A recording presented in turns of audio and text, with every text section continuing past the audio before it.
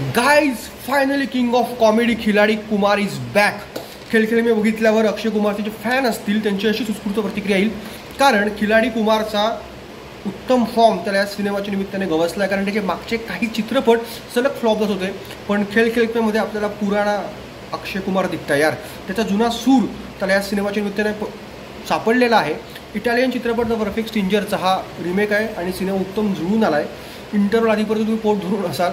Interval नंतर बरेच emotion scenes आहेत. ह्युमर आणि इमोशन याचा उत्तम तडका या सिनेमात दिग्दर्शकाने लावलेला आहे. त्यामुळे 2.5 तास सगळं टेन्शन विसरून जा आणि सिनेमा बघा.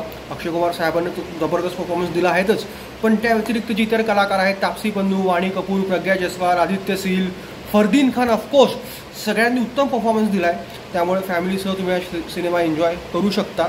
एक उत्तम मेसेज देण्याचा सिनेमात प्रयत्न करण्यात आलेला आहे. सो वेळ दौडू नका, मोठा वीकेंड आहे. सो या सिनेमाचा तुम्ही आनंद घ्या आणि ऑफकोर्स खिलाडी कुमारचा कॉमिक टायमिंग तुम्हाला पुन्हा एकदा या सिनेमात बघायला मिळणार आहे. या सिनेमाला मी देतोय 3.5 स्टार. थँक्यू.